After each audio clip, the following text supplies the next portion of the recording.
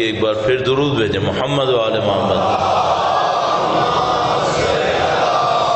ہم آل محمد وعجل فرجهم. فاتحہ. بسم اللہ الرحمن الرحیم. الحمد للہ رب العالمین الرحمن الرحیم مالک یوم الدین. ایاک نعبد و ایاک نستعین. اهدنا الصراط المستقیم صراط الذین انعمت علیہم غیر المغضوب علیہم ولا الضالین.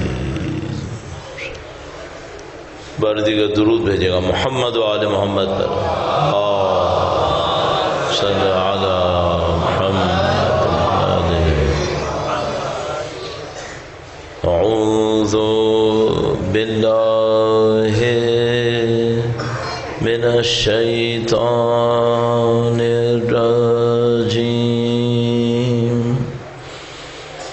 بسم اللہ الرحمن الرحیم. الحمد للہ رب العالمین والصلاة والسلام على سید الانبیاء والمرسلین حبیب الہ العالمین ابی القاسم محمد صلی علی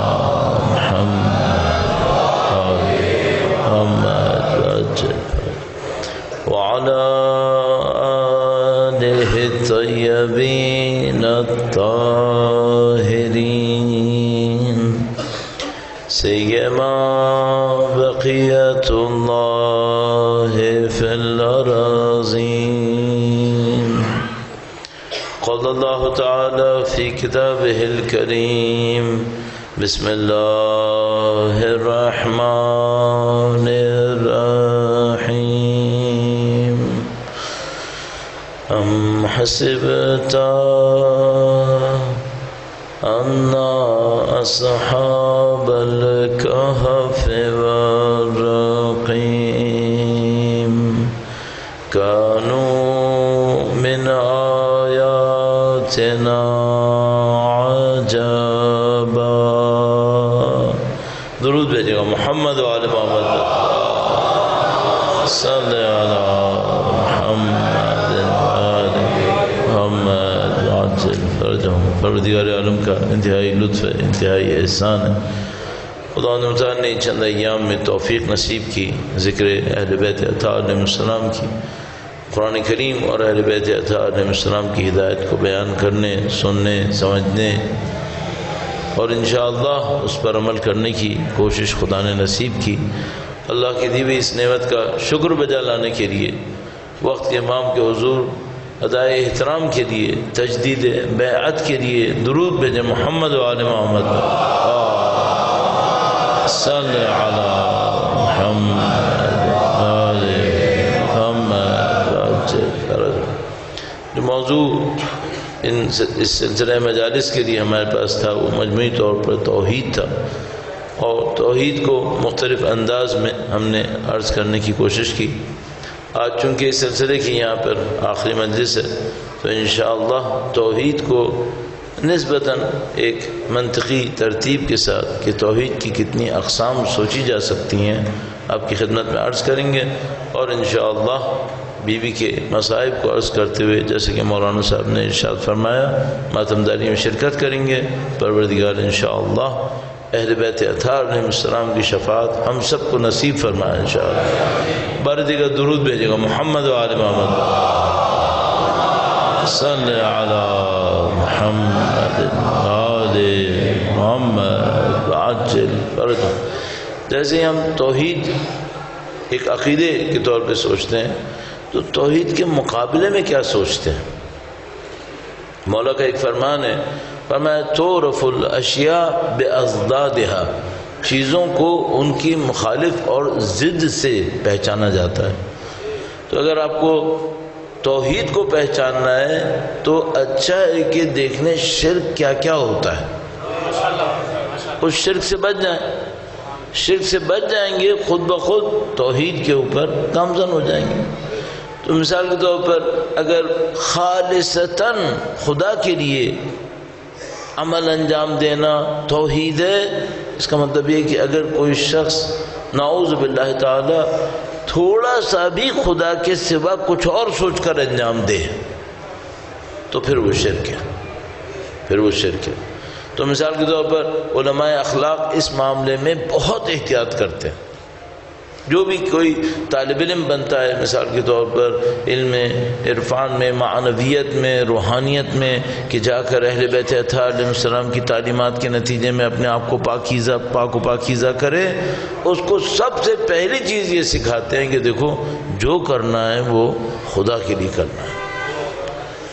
تمہاری اپنی کوئی نفسانی خواہش، تمہارا اپنا کوئی ہدف مقصد وہ اس کے اندر کہیں شامل نہ ہو. اس خلوص کو سکھانے کے لیے بہت محنت کرتے ہیں. اور یہ بات طے شدہ ہے کہ جس کے اندر یہ خلوص جاگ جاتا ہے اس کا ترقی کا راستہ کھل جاتا ہے.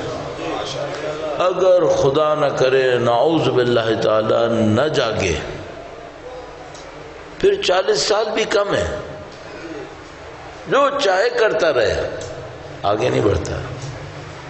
تو مثال کے طور پر اس ممبر میں بھی مثال کے طور پر 2 سیڑھیاں ہیں نا، تو یہ کوئی کر سکتا ہے کہ ایک ٹانگ اٹھائے اور دونوں سیڑھیوں کو کراس کر کے اوپر چڑھ جائے.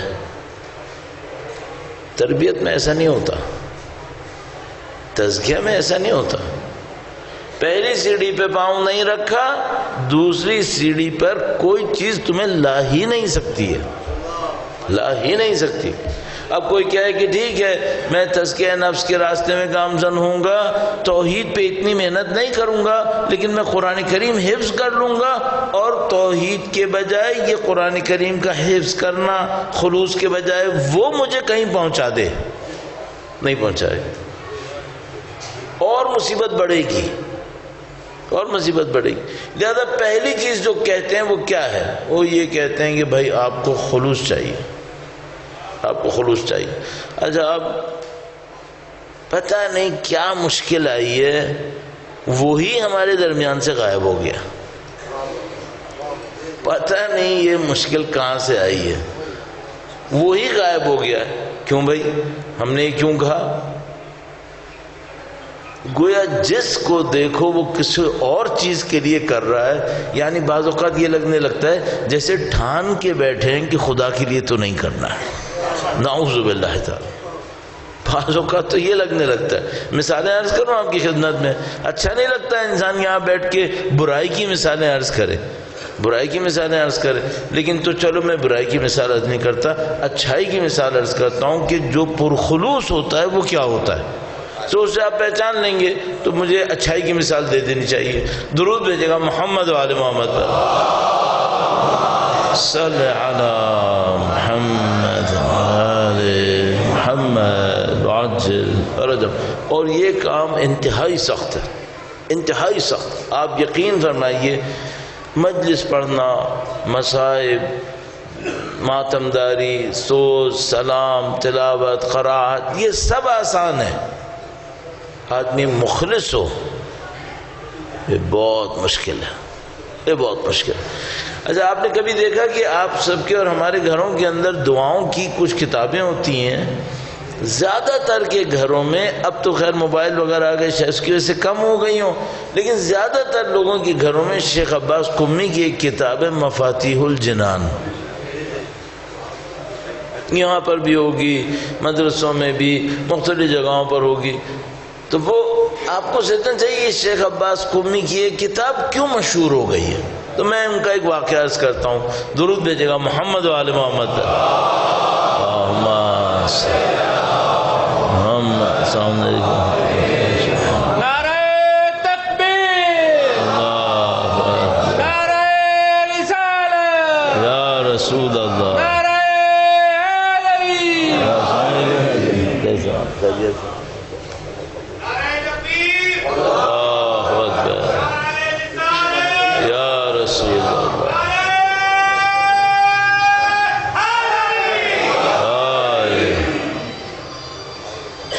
تمام علماء کرام کی صحت و سلامتی کے لیے، آپ اپنی سلامتی کے لیے، اور میں عرض کر چکا ہوں شاید کہ سلامتی کا مطلب بدن کی بھی ہے، دین و ایمان کی بھی ہے، اور قیامت تک تمام نسلوں کی ہے۔ درود بھیجیں محمد و آل محمد پر،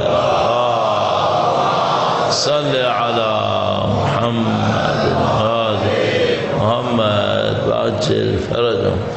آج لگتا ہے کہ آپ کا وقت تھوڑا زیادہ لگ جائے گا، ہم نے اسٹارٹ بھی تھوڑا دیر سے کیا ہے، لیکن بہرحال چونکہ بات کو بھی مکمل کرنا ہے تو انشاءاللہ حاضر خدمت ہے۔ شیخ عباس قمی کے بارے میں عرض کر رہا تھا۔ ایک بار پھر شیخ عباس قمی اور ان کی طرح تمام مراجع اور تمام علماء کی ارواح کی بلندی کے لیے درود بھیجیں محمد و آل محمد، صلی علی محمد آل محمد وعجل فرج۔ تو شیخ عباس قمی کی کتاب مفاتیح الجنان آپ کے اور میرے تقریباً سب کے گھروں کے اندر ہے، اور آپ دنیا بھر میں کہیں پہ بھی جائیں اور آپ دعاؤں کی کوئی کتاب ذرا جامع دعا، ایک تو ہوتا ہے ہمارے گھروں کے اندر وہ چہلم کی مجالس میں اور اس کی مجالس میں لوگ ایسی تبرکاً کتابچہ سا بانٹ دیتے ہیں، اس کی بات نہیں کر رہا ہوں۔ اگر مکمل کتاب کوئی کہے بھائی پورے سال کے اعمال بھی ہوں اس کے اندر، تقریباً گارنٹیڈ ہے وہ مفاتیح الجنان پہ جائے گا۔ اچھا، کیا ہمارے علماء نے دعاؤں کی کتاب مفاتیح کے علاوہ اور کوئی نہیں لکھی؟ لکھی ہے۔ یہ کیوں اتنی مشہور ہے؟ کیا مسئلہ ہے؟ یہ کیوں اتنی مشہور ہے؟ تو مثال کے طور پر شاید جو مجھے بات سمجھ میں آتی ہے وہ شیخ عباس قمی کا غیر معمولی خلوص ہے، شاید جو مجھے سمجھ میں آتا ہے۔ دیکھو عربی وہی ہے، دعائیں بھی وہی ہیں، ترتیب بھی وہی ہے، تو ایک کتاب کیوں مشہور ہوئی جا رہی ہے؟ اچھا، نہ کہ مثلا انہوں نے مرنے سے پہلے اہتمام کیا ہو کہ میں چھپا کے چلے جاتا ہوں تاکہ مرنے کے بعد پڑھی رہے گی، لوگ دیکھتے رہیں گے۔ نہیں، اس زمانے میں کہاں چھپا تھا، ہاتھ سے لکھتے تھے لوگ۔ تو شیخ عباس قمی کے خلوص کا کیا عالم تھا؟ یہ عالم تھا، خود ایران میں ہوتے تھے، قم میں ہوتے تھے، نام سے بھی ظاہر ہے قمی۔ تو ایک دفعہ زیارت کے لیے عراق تشریف لے گئے، اور سب کے علماء یہ تھی اپنے آپ کو گمنام رکھتے تھے۔ تھوڑا سا طریقہ کار یہ تھا کہ اپنے آپ کو تھوڑا گمنام رکھتے تھے تاکہ آگے پیچھے مثلا پروٹوکول نہ چلنے لگے ادھر سے، تو وہ انہوں نے اپنے آپ کو گمنام رکھا ہوا تھا۔ جب وہ گمنام تھے، ایک مسجد میں بیٹھے ہوئے تھے تو اپنی عبادتوں کو انجام دے رہے تھے، ساتھ میں ایک اور طالب علم، وہ عراقی تھا، وہ اپنی عبادتوں کو انجام دے رہا تھا، اور اس کے ہاتھ میں شیخ عباس قمی کی مفاتیح الجنان تھی۔ شیخ عباس قمی وہیں بیٹھے ہوئے بالکل گمنام، برابر میں طالب علم بیٹھا ہے، اس کے ہاتھ میں کتاب ہے، دعائیں پڑھ رہا ہے، زیارتیں پڑھ رہا ہے، شیخ عباس قمی کی کتاب ہے، اور وہ شیخ عباس قمی کو بالکل نہیں پہچانتا۔ انٹرنیٹ کا دور تھوڑی ہے کہ تصویر دیکھی اس نے، وہ کتاب اپنے ہاتھ میں لیتا ہے اور جیسے خود سے کلام کرتے ہوئے کہتا ہے کتنی اچھی کتاب ہے، کتنی اچھی دعائیں جمع ہوئی ہوئی ہیں۔ شیخ عباس سے بھی کہتا ہے دیکھیں کتنی اچھی کتاب ہے، اور اس میں ساری دعائیں آئی ہوئی ہیں، اس میں یہ بھی ہے، اس میں وہ بھی ہے۔ شیخ عباس قمی دیکھتے ہیں میری ہی کتاب ہے، مجھے ہی دکھا رہا ہے، تو شیخ عباس قمی بالکل سیریس، بالکل سنجیدہ کہتے ہیں ایسی کتابیں بہت لکھی گئی ہیں، کہتے ہیں ایسی کتابیں بہت لکھی گئی ہیں۔ وہ عراقی طالب علم لڑنے لگتا ہے، کہتے ہیں تمہیں کیا پتا شیخ عباس قمی کون ہے، وہ کتاب کیسی ہے؟ شیخ عباس کہتے ہیں نہیں، مجھے یہ کتاب ٹھیک ہے، کتاب اچھی کتاب ہوگی، لیکن ایسی کتابیں علماء نے اور بھی لکھی ہیں۔ کہنے لگا نہیں، اس کتاب کی بات کچھ اور ہے، تمہیں شاید پتہ نہیں ہے، یہ ہے وہ ہے۔ وہ تھوڑا چلاتا ہے تو پھر کچھ لوگ نزدیک آتے ہیں، کہتے ہیں احمق آدمی، یہ خود شیخ عباس ہے۔ تو اس نے کہا انہوں نے بتایا کیوں نہیں کہ میں شیخ عباس ہوں؟ ابھی اگر میں ہوتا نا تو اگر وہ مجھ سے نہیں بھی کہتا اور کہتا ہے کتنی اچھی کتاب ہے تو میں کہتا یہ حقیر کی کاوش ہے، میں یہ کہتا یہ حقیر کی کاوش ہے، اور اس کو سمجھاتا کہ میں اگر شیخ عباس یہ قمی کرتے نا تو کتاب پھیلنی نہیں تھی، ادب جاتی تاریخ میں۔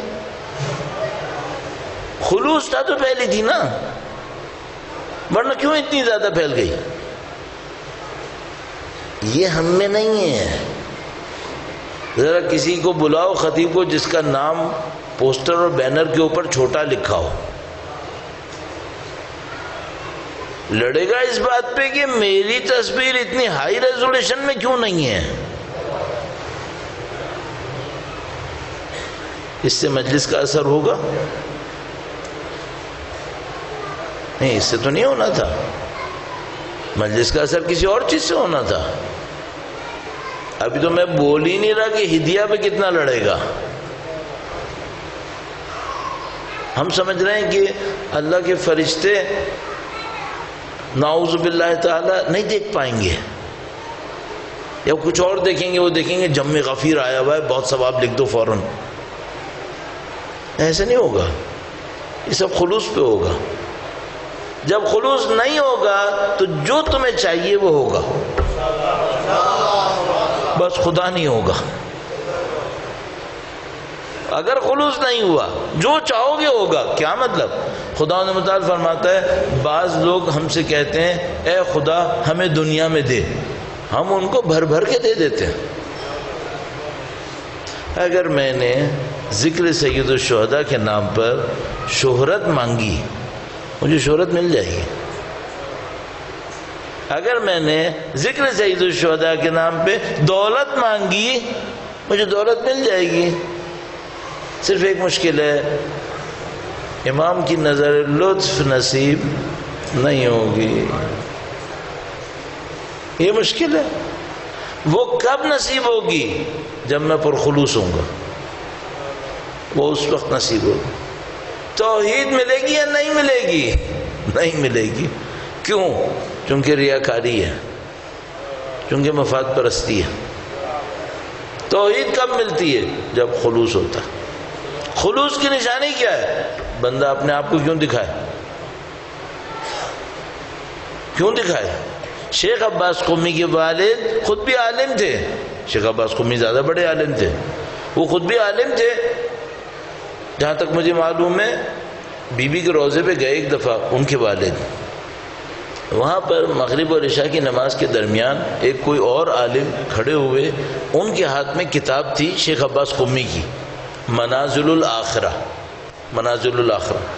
ان عالم نے مغرب عشاء کی نماز کے دوران منازل الآخرہ سے کچھ صفحے پڑھے. شیخ عباس قمی کے والد کو بہت اچھا لگا، ان کے دل پہ بہت اثر ہوا. اگلے دن گئے خاص کر وہ صفحے سننے کے لیے. پھر ہر روز جاتے تھے، منازل الآخرہ کے صفحے سنتے تھے اور بہت ان کو لطف آتا تھا کہ کوئی آخرت کے بارے میں بتائے. ایک دن گھر تشریف لائے، منازل الآخرہ شیخ عباس قمی کی ہے. گھر تشریف لائے، شیخ عباس سے کہنے لگے بیٹا میں حرم جاتا ہوں، وہاں کوئی عالم ہے وہ ایک کتاب سے پڑھتا ہے اور وہ کتاب اتنی اچھی کتاب ہے، منازل الآخرہ نام ہے، تم پتہ نہیں کیا لکھتے رہتے ہو، کاش تم بھی ایسی کوئی کتاب لکھ دیتے. آخر تک شیخ عباس نے نہیں بتایا بابا جی یہ ساڑھی کتاب ہے. محمد و آل محمد غلام کا صلی علی محمد آل محمد. خدا تعالیٰ فرماتا ہے یہ جو منافق ہوتے ہیں نا، نعوذ باللہ تعالی، نعوذ باللہ تعالی، یحبون یحمدوا بما لم یفعلوا، ان کو بہت پسند ہے کہ ایسی چیزوں پہ ان کی تعریف کی جائے جو انہوں نے کی بھی نہیں ہے. یہ جو مومن ہے یہ کہتا ہے تم میری تعریف مت کرو، اپنا کام کرو. جو اور ہوتا ہے وہ کیا کہتا ہے؟ وہ کہتا ہے ایسی چیزوں پہ بھی تعریف کرو جو میں نے کی ہی نہیں ہے. صحیح. اب توحید کیا ہے؟ عزیزان محترم، توحید کا پہلا قدم ہے خلوص. پہلا قدم خلوص ہے. سب سے پہلا کام کیا کریں آپ توحید کے لیے؟ آپ سے میں کہوں آپ جا کر علامہ حلی کی باب ہادی عشر پڑھیں، آپ جا کے شیخ خواجہ نصیر الدین طوسی کی تجدید الاعتقاد پڑھیں. نہیں یہ پڑھنا بعد میں کرو. پہلا کام کیا کریں؟ اپنے اندر خلوص لاؤ، تب توحید آئے گی. تو خلوص لے کر آؤ. اب ایک ہمارے ساتھ مشکل ہو گئی ہے.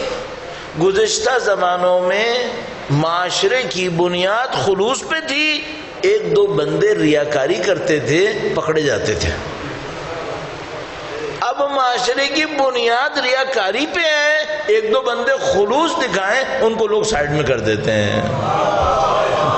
یہ کہاں سے آ گیا؟ یہ کہاں سے آ گیا؟ اب یہ ہے، اس کو ہم کیا کہتے ہیں؟ اس کو ہم اردو میں کہتے ہیں آوے کا آوا بگڑ گیا، آوے کا آوا بگڑ گیا۔ اب کچھ سمجھ میں نہیں آتا بندہ جائے کہاں، کس سے لڑے، کس کو بولے، مشکل میں پھنس گئے۔ اس کو کہتے ہیں خلوص۔ خلوص کیا ہے؟ کام کو خدا کی خاطر کرو، کم کرو چاہے کم کرو لیکن خدا کے لیے کرو۔ جب آپ یہ کرنے لگیں گے کیا ہوگا؟ دیکھیے خدا نے فرمایا علم حاصل کرنے کا راستہ کیا ہے؟ قرآن کریم میں علم حاصل کرنے کا راستہ۔ ابھی یہاں پہ اتنے لوگ بیٹھے ہوئے ظاہر کہ کچھ سیکھنے کے لیے آئے ہیں، علم حاصل کرنے کے لیے چاہیں۔ اگر علم حاصل کرنا چاہتے ہو خدا متعال نے کیا راستے دیا؟ خدا متعال فرمائے اتقوا اللہ ویعلمکم اللہ، اللہ کا تقوی اختیار کرو خدا تمہیں سکھا دے گا۔ تقوی اختیار کرو، خلوص سکھاؤ۔ جیسے ہی پرخلوص ہوگے تمہارے اوپر معنویت کی بارش برسنا شروع ہو جائے گی۔ ایک واقعہ سناتا ہوں پرخلوص ہونے کا۔ پرخلوص کی علامت کیا ہوتی ہے؟ قربانی بھی دیتا ہے، کسی کو بولتا نہیں ہے، اپنے کام کسی کو نہیں سناتا، قربانی دیتا ہے بولتا نہیں ہے، اور نہیں چاہتا کہ اس کا ذکر ہو، وہ اپنے آپ کو تھوڑا سا گمراہ رکھنا چاہتا ہے۔ ایک بہت عجیب روایت ہمارے پاس ہے، بعض اوقات میں اپنے اوپر شک کرنے لگتا ہوں۔ ہم لوگ جو بولنے والے لوگ ہیں ان کا ریاکاری کا چانس بہت زیادہ ہے، واقعا ریاکاری کا چانس بہت زیادہ ہے۔ ایک روایت میں نے دیکھی کتاب تحف العقول میں، تحف العقول ایک کتاب ہے جس کے اندر 14 معصومین کی روایات کو جمع کیا گیا ہے۔ ہر معصوم کے نام کے آگے کچھ روایات ہیں جو منتخب روایات ہیں۔ تو ایک روایت نبی خدا کے نام سے اس چیپٹر کے اندر موجود ہے، عرض کرتا ہوں آپ کی خدمت میں، درود بھیجے گا محمد وآل محمد پر۔ صلی اللہ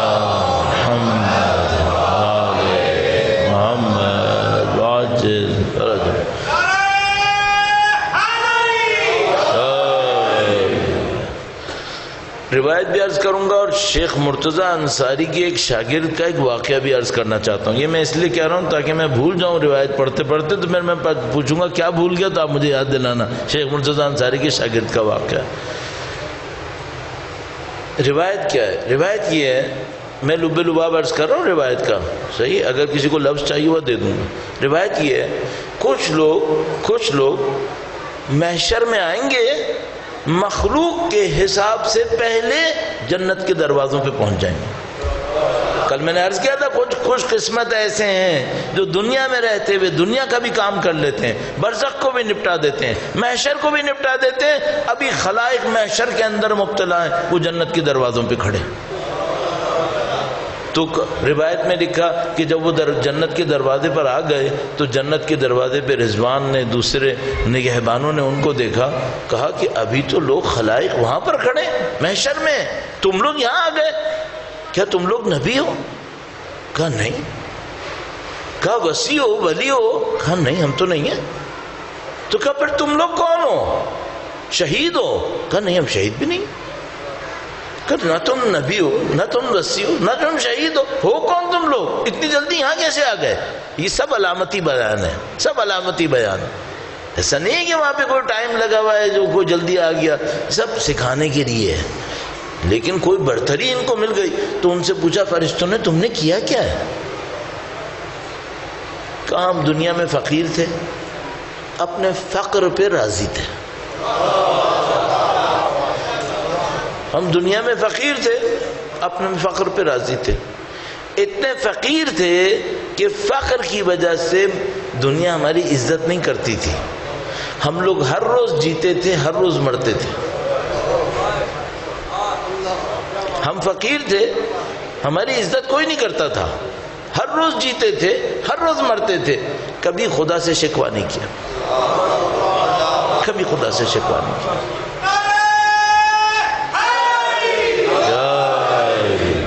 کبھی خدا سے شکوہ نہیں کیا۔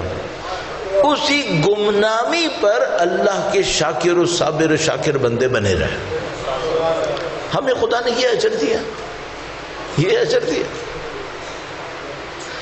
میں دنیا کے مزے لوں اور میرا ایمان اسی درجے کا ہو جس میں دنیا سے محروم رہنے والے کا ہو، اور میں کہوں مجھے ثواب زیادہ ملے گا. نہیں، اگر میرے ایمان کا درجہ ایک ہی ہے اس کو ثواب زیادہ ملے گا جس کو دنیا نہیں ملی ہے. کچھ نہ کچھ میرے ثواب میں سے کم ہوگا اگر مجھے دنیا مل رہی ہے. تو جو سختی جھیلے دنیا میں خدا کی خاطر اور جو سختی نہ جھیلے وہ دونوں برابر ہو گئے اللہ کے سامنے. یہ کیسے ہوگا؟ جس نے سختی جھیلی اس کو زیادہ اجر ملے گا. ایک دفعہ میں لاہور گیا مجلس پڑھنے کے لیے، سعادت نصیب ہوئی. سردی کا وقت تھا، بہت سخت سردی پڑ رہی تھی، مجلس بھی پنڈال میں تھی. سخت سردی میں وہ مجلس پڑھی. مجلس پڑھ کے میں باہر نکلا، گاڑی میں لوگوں نے بٹھایا، گاڑی میں انہوں نے ہیٹر چلایا ہوا تھا، گاڑی گرم تھی. ہماری سردی ختم ہو گئی. گاڑی تھوڑی سی آگے بڑھی تو بالکل سناٹا، سنسان جگہ. گلیوں سے باہر آئے روڈ کے اوپر، بڑی لمبی سی روڈ تھی. اس روڈ پہ میں نے 2-4 خواتین کو، 1-2 خواتین تھیں، 1-2 بچے تھے، ایک مرد صاحب تھا، میں نے چلتے دیکھا. میں نے کہا اللہ کرم کرے، یہ پوری سنسان روڈ ہے، اس کے اوپر یہ ایک خاندان جا رہا ہے اور آگے پیچھے کوئی ٹریفک نظر نہیں آ رہی، تو یہ ہیں کون؟ تو جو ساتھ میرے تھے انہوں نے کہا مولانا احتمال قوی اس بات کا ہے، زیادہ تر احتمال اس بات کا ہے کہ یہ مجلس میں شرکت کرنے والے مومنین ہی ہیں. اللہ اکبر. میں نے کہا اچھا، تو بھائی یہ جو ہم جس علاقے میں ہیں یہ اس علاقے کے حال حلیے سے لگ نہیں رہے، کیونکہ جہاں مجلس تھی وہ پوش ایریا تھا. میں گئے تو حال حلیے سے اس علاقے کے لگ نہیں رہے. تو انہوں نے علاقے کا نام بتایا، میں بھی نام نہیں بتانا چاہ رہا. کہا مولانا ان کے حال حلیے سے لگ رہا ہے یہ اس علاقے کے ہیں، اس علاقے سے لوگ آتے ہیں. میں نے کہا بھائی روڈ خالی ہے، یہ کیا رکشہ ٹیکسی لیں گے؟ کہنے نہیں رکشہ ٹیکسی نہیں لیں گے، یہ ابھی بس اسٹاپ پہ جائیں گے، بس کا انتظار کریں گے. میں کہا میں تمہیں ایک بات بتاؤں، میں مجلس پڑھ کے آیا ہوں نا، میں قسم کھا رہا ہوں ان کا ثواب زیادہ ہے، ان کا ثواب زیادہ ہے، میرا ثواب نہیں ہے اتنا. یا رسول اللہ،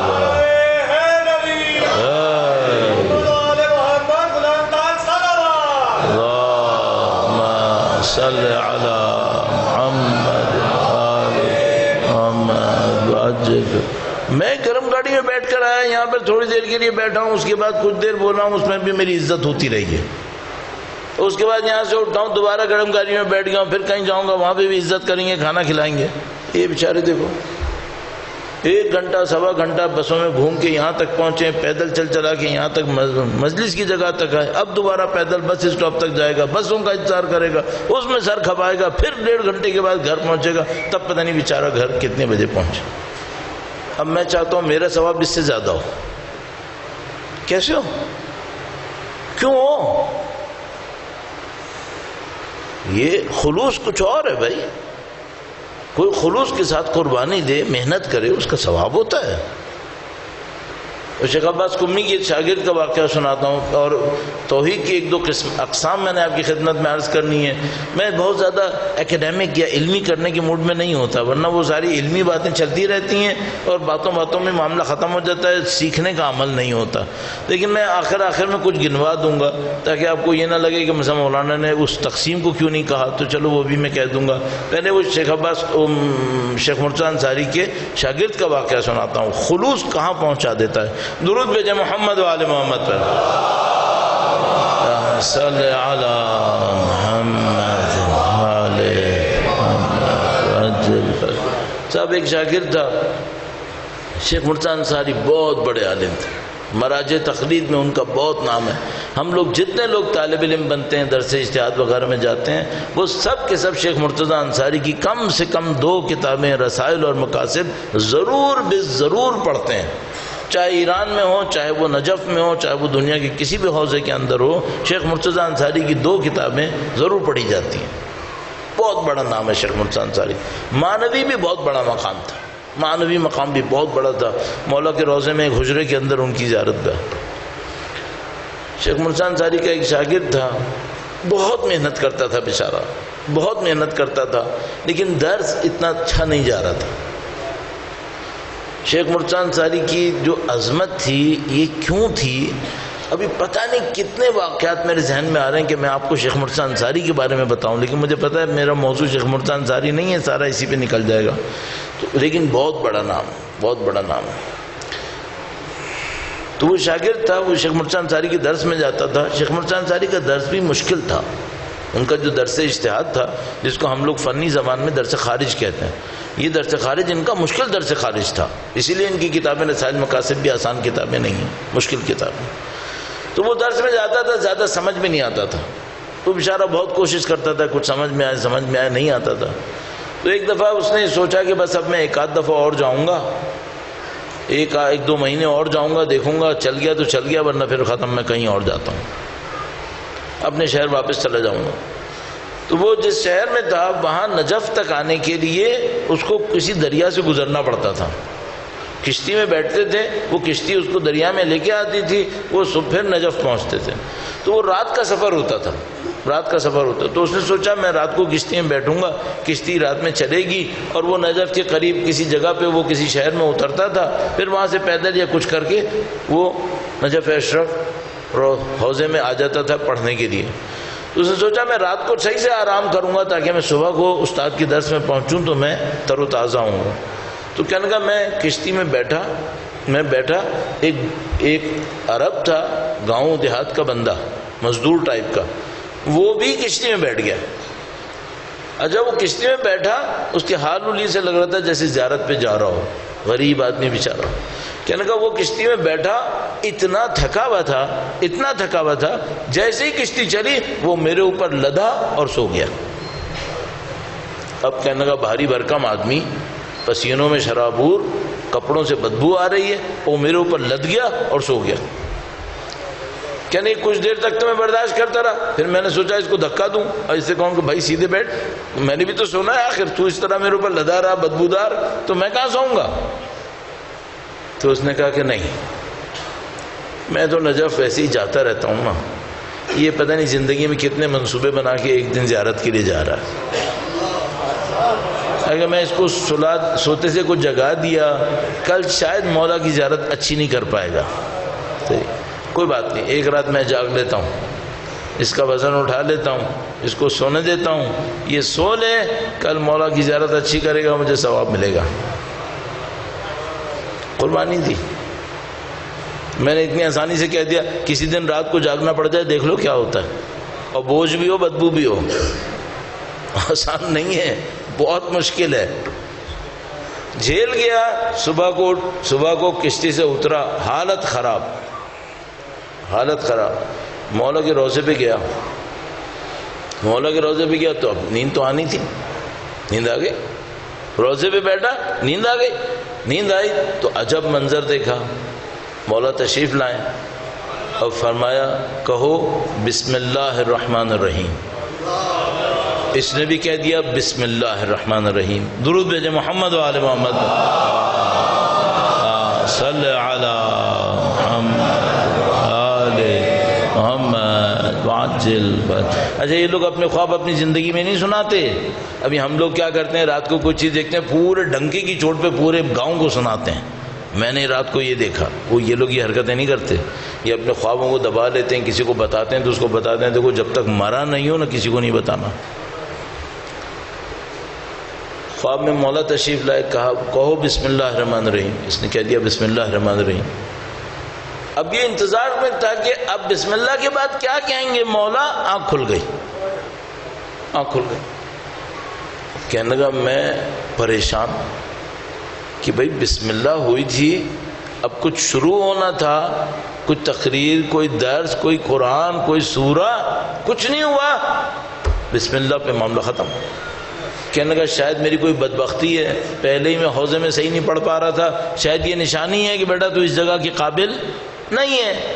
پھر اچانک اس کے ذہن پر گویا ایک فکر آئی، کہنے لگا نہیں سب صحیح ہو گیا۔ کیسے؟ کہنے لگا مجھے سمجھ میں آ گیا کیا ہوا ہے، جس کو بسم اللہ علی پڑھا دے، جس کی بسم اللہ اللہ اکبر یا رسول اللہ.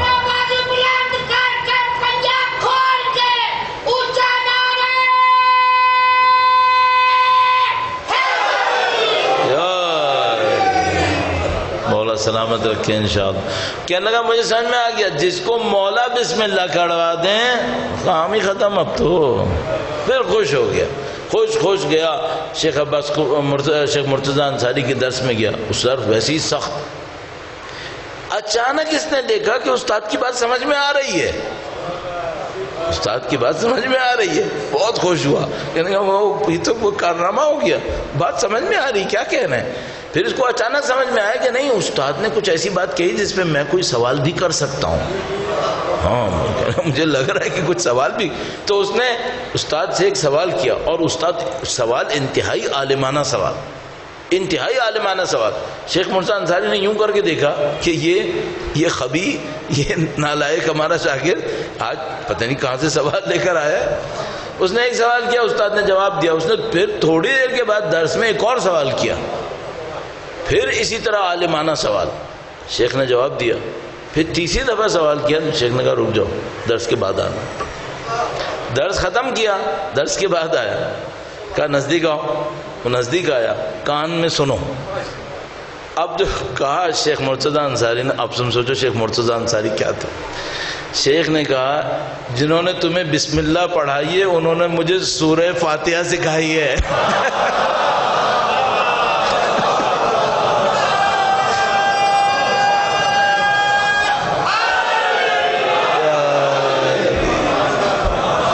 نے کہا بیٹا ذرا ہولے تو بسم اللہ سیکھ کر آیا، میں فاتحہ سیکھ کے آیا ہوں. محمد وآل محمد صلوات. اللہم صلی علی محمد آل محمد. شیخ مرتضی انصاری بہت بڑے آدمی تھے. عجیب بات میں آپ کو عرض کروں، شیخ مرتضی انصاری اتنے بڑے فقیہ تھے. ان کے درس میں ایک شاگرد تھا شیخ شوستر نام کر کے. ان کے درس میں ایک شاگرد تھا شیخ شوستر نام کر کے. شام کو شیخ مرتضی انصاری شیخ شوستر کے پاس جا کے معنویت سیکھتے تھے. جو استاد معنویت تھا وہ صبح کو ان کے درس میں خاموشی سے شاگرد بن کے بیٹھتا تھا. اور شیخ مرتضی کو اجازت نہیں تھی کہ لوگوں کو بتائیں کہ جو میرے درس میں شاگرد بن کے بیٹھا ہوا ہے نا یہ میرا استاد ہے. ان لوگوں نے اتنا خلوص دکھایا تھا.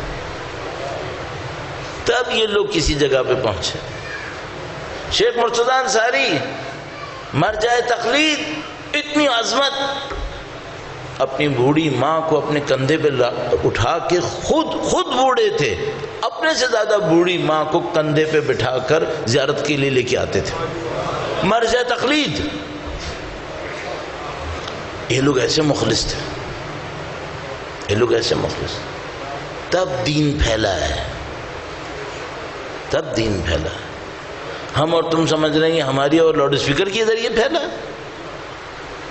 نہیں، پیچھے لوگوں نے اپنی جانیں دی ہیں، اپنے نفس قربان کر دیے ہیں انہوں نے، خلوص کے ذریعے، اخلاص کے ذریعے اللہ کے سامنے قربانیاں دے دے کر. تب دین پھیلا، تب توحید لوگوں نے سیکھی.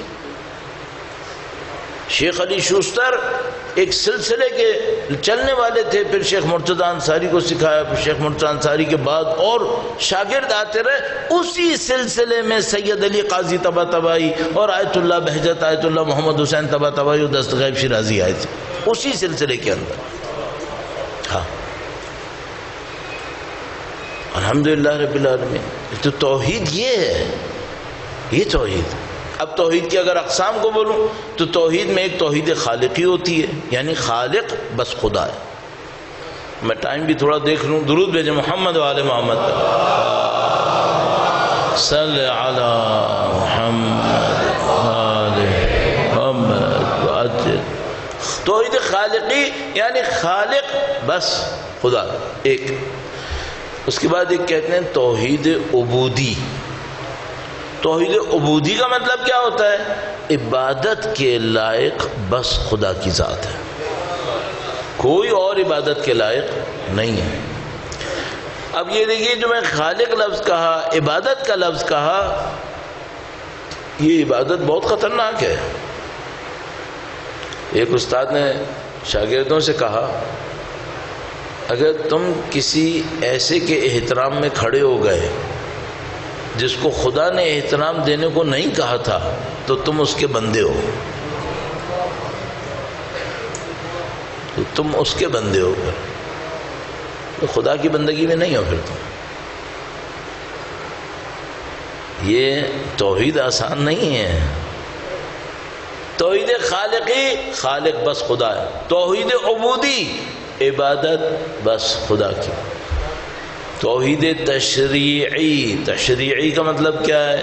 قانون بنانے کا حق، حلال کیا ہے، حرام کیا ہے، یہ مستحب ہے، یہ مکروہ ہے، یہ مباح ہے، یہ کرو تو یہ کس کا حق ہے؟ صرف خدا کا حق اور کسی کا حق۔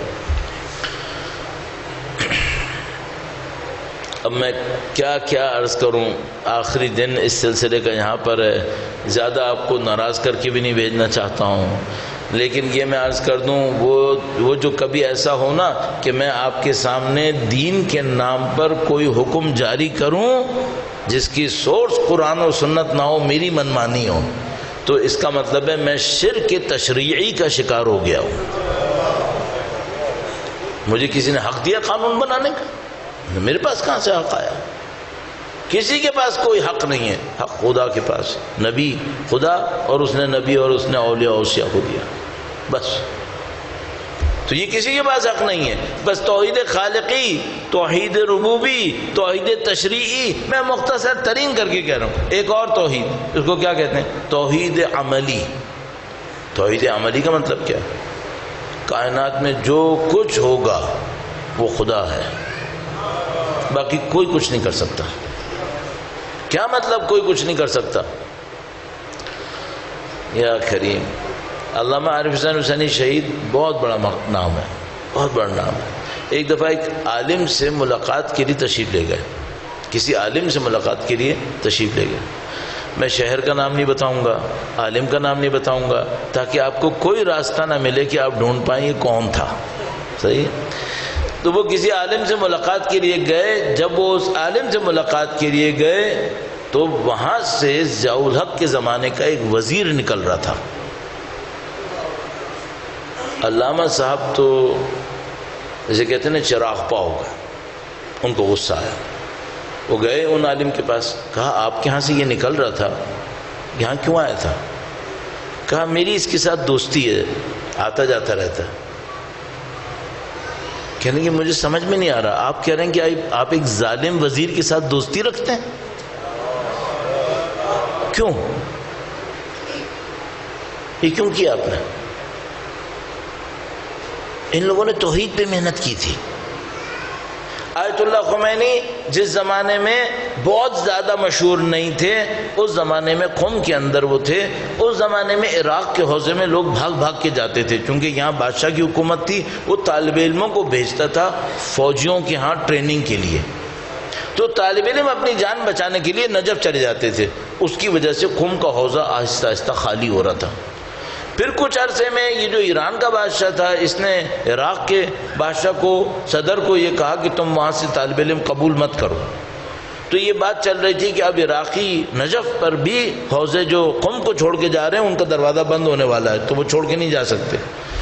آیت اللہ خمینی ایک دفعہ جا رہے تھے تہران کے راستے میں، اس زمانے میں وہ کبھی شروع نہیں ہوا تھا، وہ معرکہ جو بادشاہ کے خلاف شروع کیا تھا، شروع نہیں ہوا تھا۔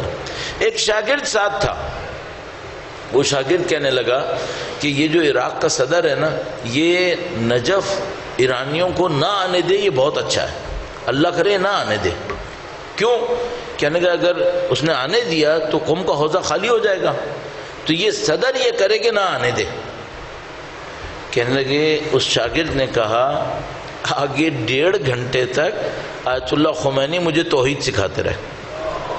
کہنے لگے تمہارے جملہ شرک آمیز ہے، تم نے یہ کیوں سوچا کہ وہ یہ کر لے؟ تم خدا سے دعا کرو۔ ایک ظالم کے ہاتھوں کیوں سوچ رہے ہو کہ یہ ظالم یہ کرے یا نہ کرے؟ کیوں؟ وہ کیا کر سکتا ہے؟ خدا کی طرف جاؤ۔ ابھی ہم لوگوں کے دلوں میں نہیں معلوم کیا کچھ بسا ہوا ہے۔ اگر میں نے یہ نہیں کیا نا تو میری جاب گئی ہے۔ ابھی میں پاکستان کے باہر جاتا ہوں، پاکستان سے باہر تو مختلف ملکوں میں دوسرے لوگوں سے ملتا ہوں، تو ان سے کبھی کبھی معذرت کے ساتھ صرف مزے لینے کے لیے بھی کبھی کہتا ہوں اگر تمہیں یہاں سے چھوڑ کے جانا پڑا تو کیا ہوگا؟ تو بعض اوقات میں دیکھتا ہوں چہرے کا رنگ اتر جاتا ہے، مردگی چھا جاتی ہے۔ اچھا نہیں مولانا بہت برا ہو جائے گا، یہ ہو جائے گا، وہ ہو جائے گا۔ اور میں ان سے کہتا ہوں کیا ہو گیا تم لوگوں کو؟ وہ رزاق خدا جو تم کو یہاں دے رہا ہے وہ پاکستان میں کیا نہیں دے سکتا ہے کیا؟ تم خدا کی رزاقیت پہ اتنا یقین نہیں رکھتے جتنا تم اپنی نیشنلٹی پہ یقین رکھتے ہو۔ کہاں گئی خدا کی رزاقیت پھر؟ کیوں تم اتنے بے بس ہو گئے ہو دشمنوں کے سامنے اور حتی اہل کفر کے سامنے؟ اب یہ میرا یہ عالم ہے، مثلا اگر کوئی مجھے یہ کہہ دے اگر آپ نے یہ کیا نا تو آپ کو فنا فنا جگہ پہ نہیں بلائیں گے، میری جان نکل گئی، یہ توحید ہے؟ یہ شرک ہے۔ توحید عملی یہ کہتی ہے جو کچھ کائنات میں ہے کرنے والا خدا ہے، تو تم کیوں دوسروں سے ڈر رہے ہو؟ تم کیوں ڈرتے ہو؟ یہ توحید عملی ہے۔ تو عزیزان محترم، میں آپ یہ نہیں سوچے گا کہ میں آپ کو ثابت کرنا چاہ رہا ہوں کہ بھئی تمہارے پہ توحید نہیں ہے، نہیں، میں آپ سے خدمت میں یہ عرض کرنا چاہ رہا ہوں توحید کا راستہ تھوڑا لمبا راستہ، محنت چاہیے۔ اتنی جلدی مت سوچتے نا چونکہ میرا نام مثال کے طور پر دین محمد ہے تو اس کا مطلب ہے کہ میں تو بس توحید میرے اندر ہے، چونکہ میرا نام دین محمد ہے۔ نام سے کیا ہوتا ہے؟ نعروں سے کیا ہوتا ہے؟ کام بتاؤ، دل میں کیا ہے وہ بتاؤ، اللہ تو وہاں جا کے دیکھے گا۔ اس کو توحید کہتا ہے۔ بس عزیزان محترم توحید پہ محنت کرو، توحید پہ محنت کرو۔ اور جتنا آپ اس دنیا کے اندر تبدیلی دیکھ رہے ہیں نا، الحمدللہ جو مثبت تبدیلی ہے، تشیع کا نام الحمدللہ رب العالمین سر بلند ہے اس وقت پوری دنیا کے اندر۔ پوری دنیا کے اندر کفر و نفاق کی کوئی طاقت الحمدللہ رب العالمین اہل بیت کے چاہنے والوں کا مقابلہ نہیں کر سکتی اس وقت۔ یہ نام بلند ہوا ہے اس توحید کی وجہ سے جو ان علماء دین نے اپنے دلوں کے اندر بسائی، پھر اس کو لے کر لوگوں تک پہنچے تھے۔ نعرہ تکبیر، اللہ اکبر، نعرہ رسالت، نعرہ حیدری، حسینیت، حسینیت، زندہ آباد، یزیدیت، مرد آباد، یزیدیت، مرد آباد، محمد و آل محمد بلند تر صلوات۔ اللہم صل علی محمد آل محمد وعجل فرجهم۔ تو عزیزان محترم یہ توحید ہے، توحید مشکل ہے، توحید مشکل ہے۔ اور یہ عجیب بات ہے کہ ان تمام علماء میں ایک عالم پچھلی صدی میں ایسا گزرا ہے جس کے لیے عرفاء معتقد تھے اس کی توحید کامل ہے۔ ایک آدمی صرف جس کے بارے میں علماء معتقد تھے اس کی توحید کامل ہے۔ صحیح۔ آیت اللہ خمینی نے آیت اللہ سید علی قاضی طباطبائی کے لیے ایک جملہ لکھا ہے، یا لکھا تھا یا کہا تھا، بہت مشہور، زبان زد عام۔ وہ کیا؟ انہوں نے سید علی کے لیے کہا تھا سید علی توحید کا پہاڑ تھے۔ سید علی توحید کا پہاڑ تھے۔ ہاں، اور جو کتاب میں کئی دفعہ عرض کرتا ہوں چھپ گئی الحمدللہ رب العالمین ان کی سوانح حیات پر، اسے کبھی موقع ملے پڑھیے گا، کہکشان نیستی اس کا نام ہے۔ سید علی قاضی نے اپنی سوانح حیات، ان کی سوانح حیات میں یہ لکھا ہے، مستند واقعہ ہے کہ توحید سیکھتے سیکھتے سیکھتے ایک ایسے مقام پہ آ گئے کہ جب کوئی آخری میدان تھا اور کچھ سمجھ میں نہیں آ رہا تھا کہ اب یہ آخری میدان کیسے طے ہوگا۔ آپ اس کتاب میں پڑھیے گا، میں آپ کو صرف اشارے میں عرض کر سکتا ہوں۔ انہوں نے کہا کہ جو آخری میدان طے ہوا ہے نا، یہ مولا ابو الفضل کے صدقے میں طے ہوا ہے۔ یہ مولا ابو الفضل کے صدقے میں تھا، یہ مولا ابو۔ صاحب ہم لوگ علم سے چھوٹی چھوٹی چیزیں لے کے آتے ہیں، اصلی چیز نہیں مانگ رہے ہیں۔ میں ہاتھ جوڑ کے عرض کر رہا ہوں، ہم دکانیں لا رہے ہیں، نوکریاں لا رہے ہیں، صحت لا رہے ہیں، برا نہیں کر رہے، یہ لینے کے لیے بھی یہیں جائیں، کوئی مسئلہ نہیں ہے۔ اصل میں کیا لینا تھا؟ اصل میں ہمیں اخلاص لینا تھا، توحید لینی تھی۔ اس کی قیمت سب سے زیادہ تھی، اس کی قیمت سب سے زیادہ تھی۔ الحمدللہ رب العالمین، آپ نے کچھ توجہ فرمائی، الحمدللہ رب العالمین، آپ نے چونکہ توجہ فرمائی تو ہمیں بھی یہ موقع نصیب ہوا کہ ہم نے عرائض آپ کی خدمت میں عرض کیے، اور بار بار آپ کی خدمت میں ایک جملہ عرض کروں گا۔ دیکھو اس راستے کے اوپر چلنا مشکل ہے، اس پہ چلے بغیر کوئی چارہ کار نہیں ہے۔ وقت بھی بہت ہو گیا ہے، بار بار میں زحمت سے بچانے کے لیے آپ کو سوچتا ہوں آپ ختم کروں۔ ایک واقعہ آپ کی خدمت میں عرض کرتا ہوں، یہ توحید کتنی قیمتی ہوتی ہے، کتنی قیمتی ہوتی ہے۔ اچھا یہ جو ہے نا، یہ ہمارا معاشرہ پتہ نہیں کیا بنتا جا رہا ہے۔ اگر میں آپ کے سامنے یوں ہاتھ بڑھاؤں نا، اور ہاتھ میں مثال کے طور پر انگور لے آؤں، پتہ نہیں کیا لے آؤں، ایک پتھر اٹھاؤں اس کو پھل بنا دوں، آپ سمجھیں گے میں ولی اللہ ہو گیا، میں ولی اللہ ہو گیا۔ یہ لوگ اسے ولی اللہ نہیں مانتے، کہتے نہیں یہ تو کچھ اور ہے۔ توحید کیا ہے؟ رجب علی خیاط عرفا کو سکھانے پہ مامور تھے۔ ایک پہاڑی کے اوپر ایک عارف اپنی تربیت کر رہے تھے، وہ ان کے پاس گئے اپنے ایک شاگرد کو لے کے، کہا تم یہاں کیا کر رہے ہو؟ مامور تھے اسی بات پہ کہ وہ عرفا کو سکھائیں۔ تو اس نے ایک پتھر اٹھایا، دیتے دیتے ناشپاتی بنا دیا، اور ناشپاتی ان کے ہاتھ میں پکڑائی، کہا میں یہ کر رہا ہوں، اور انہوں نے ناشپاتی کو ہاتھ میں لیا، اس کو واپس دیتے دیتے پتھر بنایا، کہا یہ جادو ہے، بتاؤ توحید میں سے کیا سیکھا ہے؟ یہ جادو ہے، بتاؤ توحید میں سے کیا سیکھا ہے؟ سید علی قاضی لنگڑاتے تھے، تو لنگڑا کے ایک جگہ سے جا رہے تھے۔ یہ جو نجف سے کربلا کا راستہ ہے، ایک معروف راستہ ہے آج کل جو معروف ہے، جس پہ ڈبل روڈ بنی ہوئی ہے، میں اور آپ مشی کرتے ہیں، لوگ مشی کرتے ہیں۔ ایک پرانا راستہ ہے، اس کو مسیر العلماء کہتے ہیں، علماء اس راستے سے جاتے تھے تاکہ صدام کے کارندے پکڑ نہ سکیں۔ وہ پانی کے ساتھ چلتا تھا، اس میں اندر کیچڑ بہت ہوتی تھی، لیکن سارے راستے میں شیعہ قبیلے آتے تھے، تو کوئی مشکل میں پھنس جائیں تو شیعہ قبیلے ساتھ دیتے تھے اور علماء کو چھپا لیتے تھے۔ تو وہ مسیر العلماء مشہور تھا، اب کوئی نہیں جاتا اس راستے سے چونکہ وہ بہت سخت راستہ ہے، کیچڑ بھی بہت ہوتی تھی وہاں پہ۔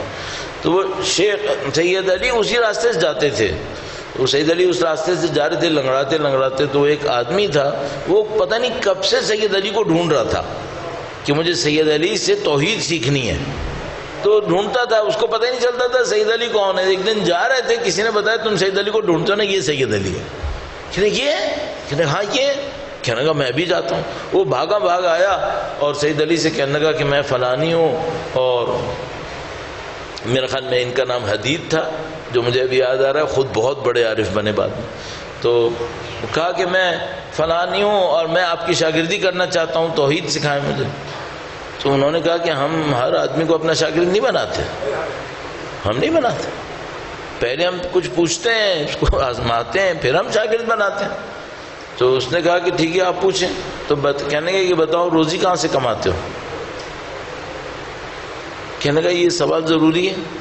کہاں بہت ضروری ہے، اگر کوئی بندے کی روزی مشکوک ہو تو ہم اس کو شاگرد نہیں بناتے۔ بتاؤ روزی کہاں سے کماتے ہو؟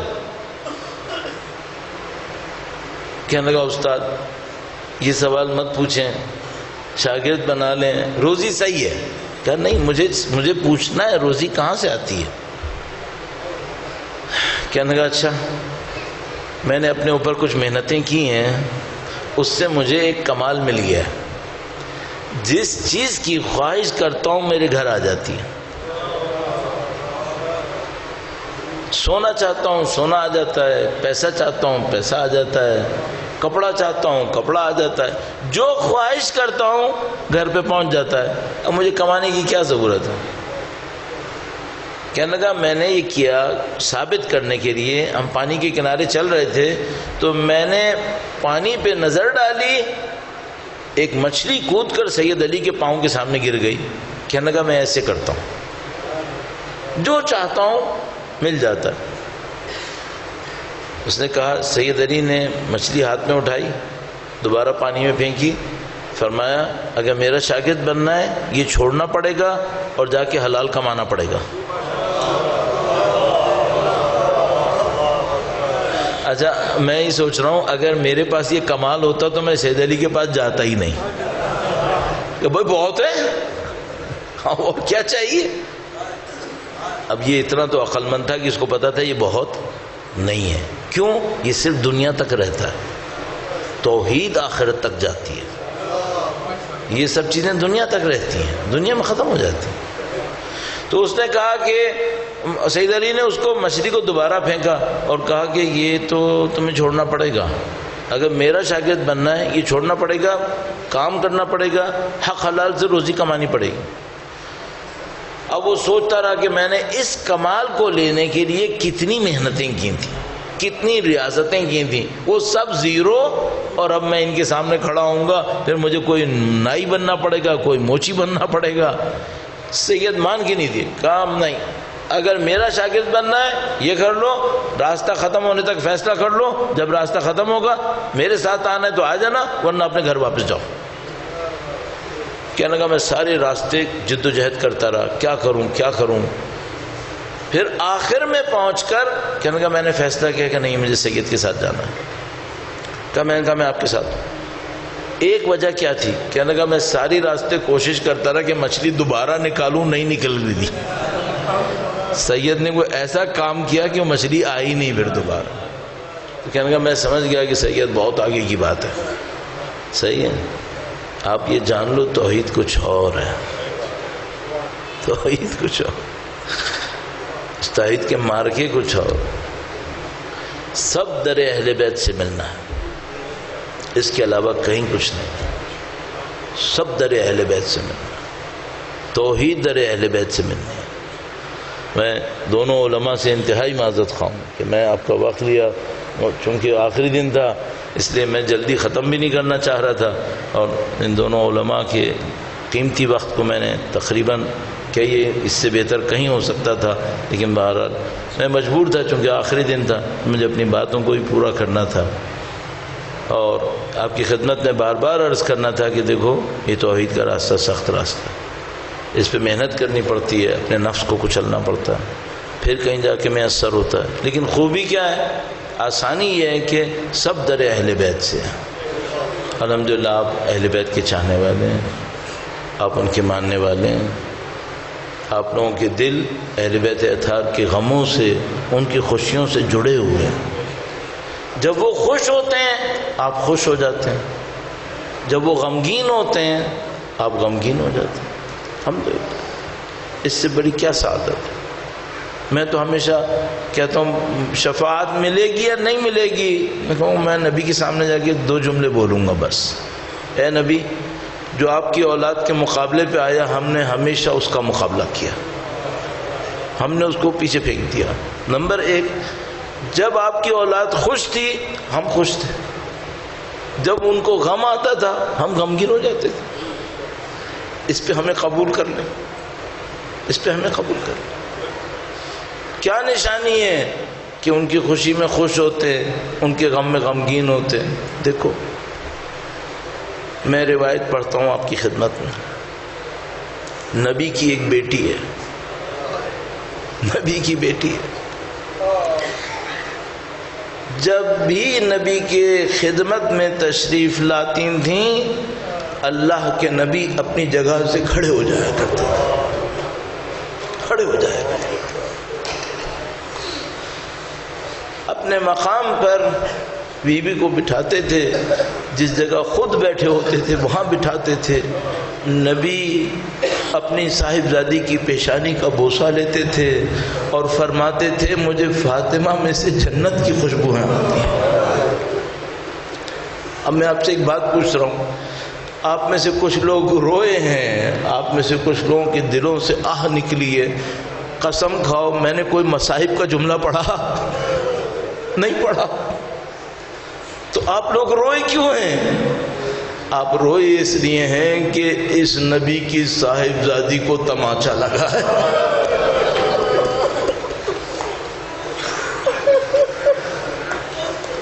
یہ کیوں ہوا؟ وہ صاحبزادی جو تشریف لاتی تھیں تو اللہ کے نبی ان کے احترام میں کھڑے ہو جایا کرتے تھے. وہ صاحبزادی دربار گئی اور کھڑی رہی. یہ کیوں ہوا؟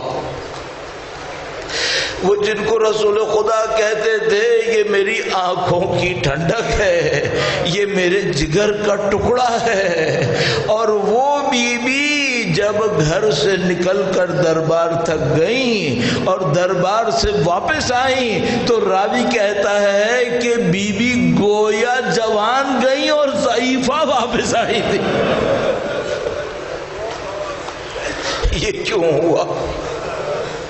اللہ کے نبی نے ایک روایت ارشاد فرمائی ہے، فرمایا مجھ پر وہ مصائب ٹوٹے جو کسی نبی پہ نہیں ٹوٹے ہیں.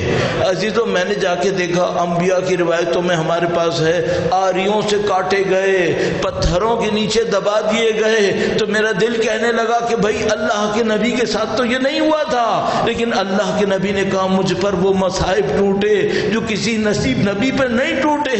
تو پھر مجھے سمجھ میں آیا کسی نبی کی صاحبزادی کو تماچا نہیں لگا تھا، کہ نبی کی بیٹی تھی جن کو تماچا لگا تھا. عجیب عجیب روایات ہمارے پاس موجود ہیں.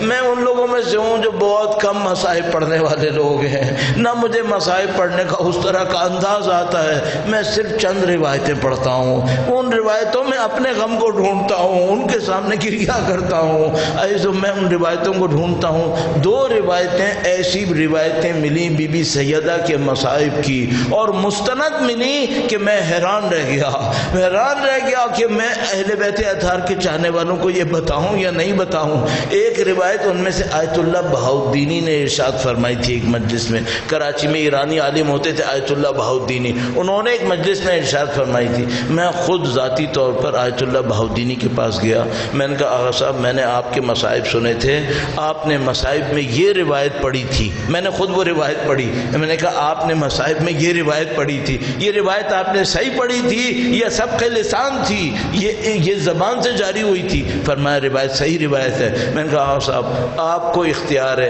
اجازت دیتے ہیں کہ اہل بیت کے چاہنے والوں کو سناؤں یا آپ اجازت نہیں دیتے؟ اگر اجازت نہیں دیتے میں نہیں بولوں گا. کہا میں تم کو اجازت دیتا ہوں. صحیح ہے، اب جتنی سند کا ہو اختیار وہ ان کے اوپر ہے، میرے اوپر کچھ نہیں ہے. ایسو بڑا عجیب جملہ ارشاد فرمایا، بہت عجیب جملہ کیا ارشاد فرمایا؟ کہا جب وہ لعین دروازے کو دھکا دیتا ہے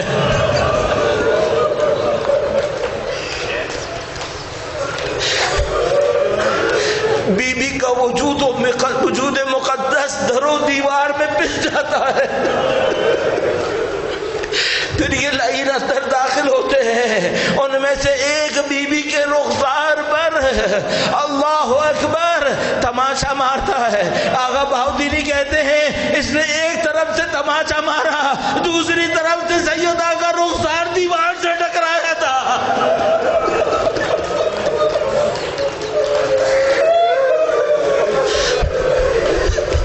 گویا سیدہ کا وجود 2 دفعہ پسا تھا.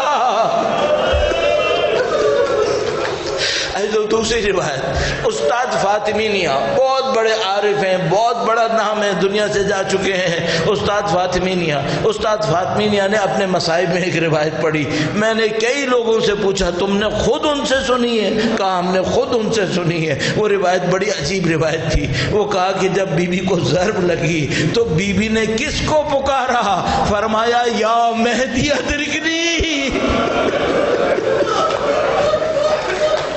گویا بی بی نے فرما دیا کہ اولاد علی میں میرا ایک بیٹا آئے گا، وہ اس خون کا انتقام لے گا. اب میں ایک بات سوچتا ہوں عزیزو، میں تو طالب علم ہوں، میں نے تو روایت سنی ہے، کبھی اس سے سنی کبھی اس سے سنی، میرے دل کے اوپر زخم لگتے ہیں. اس امام کو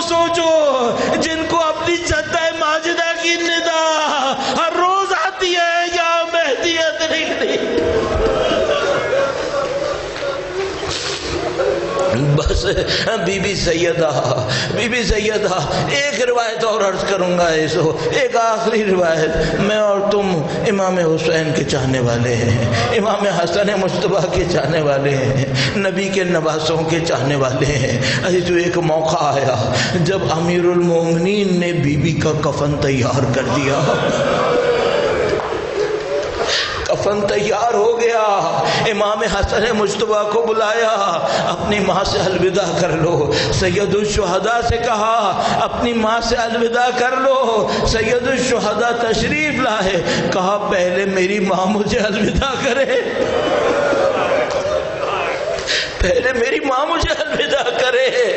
جو عجیب روایت ہے، شیخ عباس نے بھی لکھی ہے، فرمایا خدا کی قسم فاطمہ کے بندے کفن ٹوٹ گئے، حسین کو اپنے نزدیک بلا لیا، ایک ندائے غیبی آئی، اے علی حسین کو ماں سے الگ کر دو ورنہ آسمان ٹوٹ پڑے گا۔